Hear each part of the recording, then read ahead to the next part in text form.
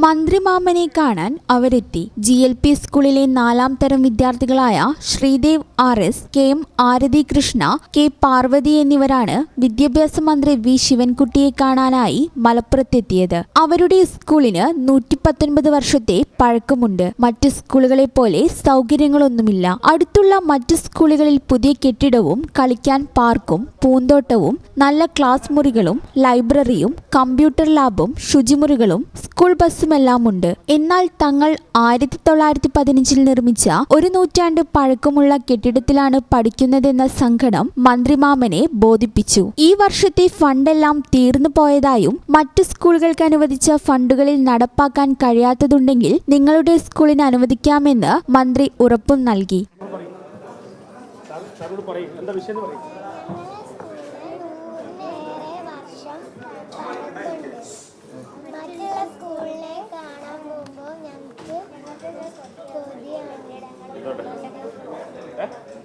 അടിസ്ഥാന സൗകര്യം വളരെ മോശമാണ്. ഒരു 120 വർഷം പഴക്കമുള്ള സ്കൂൾ. കോട്ടക്കിൽ ആര്യശൻ്റെ മുന്നിലുള്ള സ്കൂളാണ്. PK വാര്യർ സാർക്ക് പഠിച്ച സ്കൂളാണ്. എസ്റ്റിമേറ്റ് എടുത്തിട്ടുണ്ടോ? സാർ അതിൻ്റെ നടപടികൾ ആയി വരുന്നതാണ്. എത്ര രൂപയുടെ എസ്റ്റിമേറ്റ് എടുത്തിട്ടുണ്ട്? 1 കോടി രൂപ. എന്താ വേണ്ടത്? സ്കൂൾ പുതിയ കെട്ടണം. ഇതെല്ലാം സാറന്മാരെ പറഞ്ഞ് പഠിപ്പിച്ചു കൊണ്ടുവന്നല്ലേ അല്ലേ?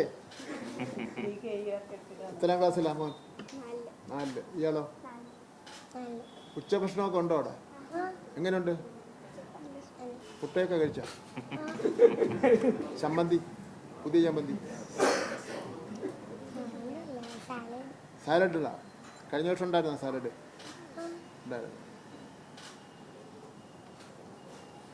നമുക്ക് നോക്കാം എന്താണ്. 120 വർഷം പഴക്കം ഉണ്ടായിട്ട് ഇപ്പോഴെല്ലാം നിങ്ങൾ കൊണ്ടുവരണം. മുമ്പ് കൊടുത്തിട്ടുള്ള നമ്പർ വല്ലതും ഉണ്ടോ?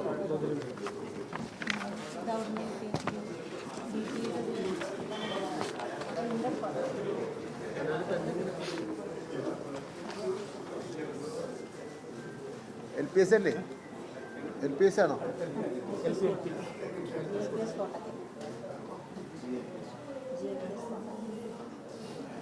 ഒരു പ്രശ്നമുണ്ട്. ഈ വർഷത്തെ ഫണ്ട് മുഴുവൻ തീർന്നു. ഏതെങ്കിലും സാധ്യതയിൽ ഏതെങ്കിലും സ്കൂളിൻ്റെ വിഡ്രോ ചെയ്യാൻ പറ്റുമെങ്കിൽ ഞാൻ പരിഗണിക്കാം. സ്കൂളിൽ ഉച്ചഭക്ഷണം നന്നായി ലഭിക്കുന്നുണ്ടോ എന്ന് മന്ത്രിയുടെ കുസൃതി ചോദ്യം. ഉണ്ടെന്ന് കുട്ടികളുടെ മറുപടി. സാലഡ്, ചമ്മന്തി എന്നിവ കിട്ടുന്നുണ്ടോ എന്ന് മന്ത്രി. ഉണ്ടെന്ന് കുട്ടികൾ. സാലഡ് കഴിഞ്ഞ വർഷവും ഉണ്ടായിരുന്നു എന്ന് കുട്ടികൾ. എന്തായാലും പുതിയ സ്കൂൾ കെട്ടിടം കിട്ടുമെന്ന ആശ്വാസത്തിലാണ് കുട്ടികൾ മടങ്ങിയത്. പൊതുപ്രവർത്തകനും സ്കൂളിലെ മുൻ PTA പ്രസിഡന്റുമായ മഠത്തിൽ രവിയുടെ നേതൃത്വത്തിലാണ് മലപ്പുറത്തെത്തി മന്ത്രിയെ നേരിൽ കണ്ട് നിവേദനം നൽകിയത്. School headmistress A Sudha, PTA president P Praveen, SMC chairman Prabeesh, Sunil Warrier, അധ്യാപകനായ K യാസർ അറഫാത്ത് എന്നിവരും കൂടെയുണ്ടായിരുന്നു. ഈ ചാനൽ ന്യൂസ്, മലപ്പുറം.